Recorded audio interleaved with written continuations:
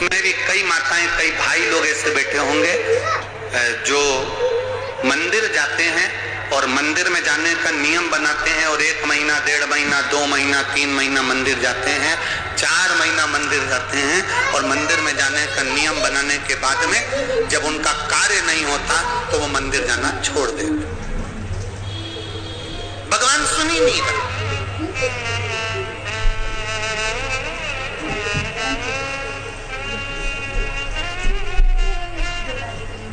कई लोग पत्र भी लिखते हैं, ऐसा नहीं कि पत्र नहीं लिखते, कई लोग पत्र में लिखते हैं, गुरुजी हम 4 महीने से मंदिर जा रहे थे, गुरुजी हम 3 महीने से मंदिर जा रहे हैं, हम 5 महीने से मंदिर जा रहे हैं, भगवान तो हमारी सुन ही नहीं रहा। भगवान से हमारा कौन सी दुश्मनी है जो भगवान ने सारा दुख हमको दे दिया? भगवान हमारी सुन ही नहीं रहा।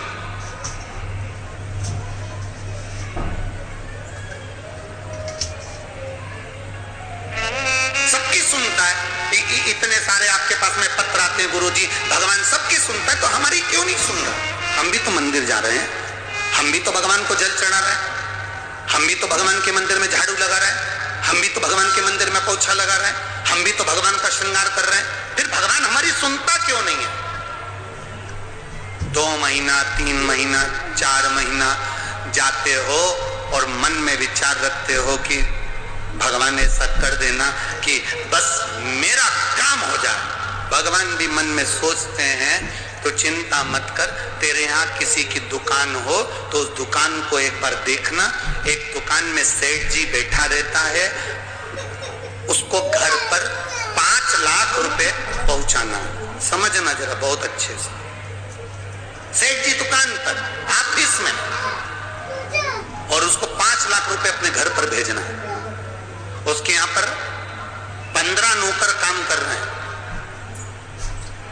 एक नौकर 1 महीने पहले लगा, एक नौकर 3 महीने पहले लगा, एक नौकर 10 महीने पहले लगा, एक नौकर 1 साल से लगा, एक नौकर 5 साल से लगा।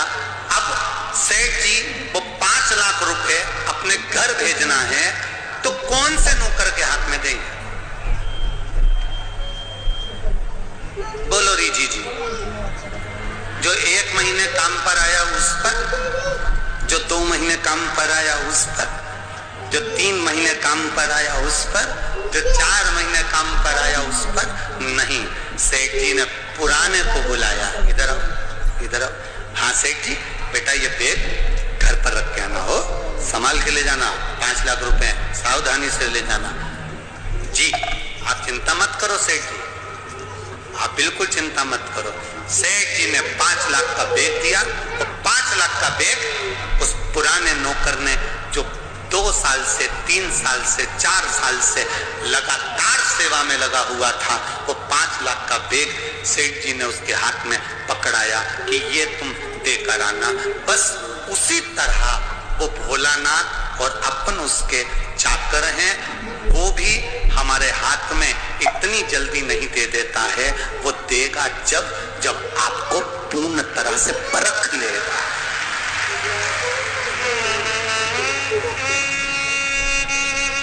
आपको पूर्ण तरह से जब वो परखेगा तब वो देगा।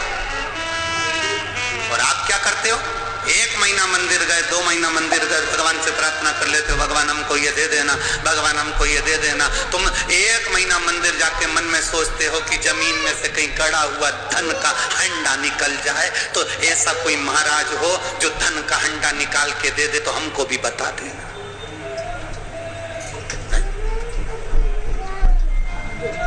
अपने कर्म को करो, अपनी मेहनत को करो, अपने परिश्रम को करो, और जितना जितना तुम कर्म करोगे, जितनी जितनी तुम मेहनत करोगे, जितना जितना तुम परिश्रम करोगे, और भगवान के प्रति जितना जितना तुम्हारी दृढ़ता, जितना जितना तुम्हारा विश्वास बढ़ता चले जाएगा, जितना विश्वास बढ़ेगा तुम उतने भगवान के नजदीक आते चले जाओगे। फिर तुम्हारा दुख तुम्हारा नहीं रहेगा, फिर तुम्हारा दुख बाबा देवादिदेव महादेव का खुद का हो जाएगा, क्योंकि तुम्हें दुखी नहीं दे सकते, तो तुम्हें दुखी नहीं दे सकते। शंकर भगवान की जलाधारी में से पानी नीचे बह गए, समझ लेना जरा अच्छे से हो। पानी नीचे गिरता है, समझ रहे हो ना सब लोग? उस स्थान पर अपनी जो ये हथेली होती है, इस हथेली को कुछ देर लगा लिया जाता है। कौन सा स्थान? जहां से शिवलिंग पर जल चढ़ा, ये जलाधारी में गोल घूमा, घूम के जहां चरण से नीचे जाता है वहां कुछ देर के लिए इस हथेली को लगा लिया जाता है। अपनी हाथ की सीधे हाथ की हथेली को लगाया जाता है। और देवाधिदेव महादेव का या तो पंचाक्षर मंत्र या षडाक्षर मंत्र या श्री शिवाय नमस्ते इस मंत्र का या महामृत्युंजय मंत्र का स्मरण करते हैं और दिल की बात भगवान शिव से कह दी जाती है। हृदय से कहकर 2 दिन, ज्यादा से ज्यादा 3 दिन, ज्यादा से ज्यादा 5 दिन, बस छठे दिन की जरूरत नहीं पड़ेगी, बाबा रास्ता खोल देगा।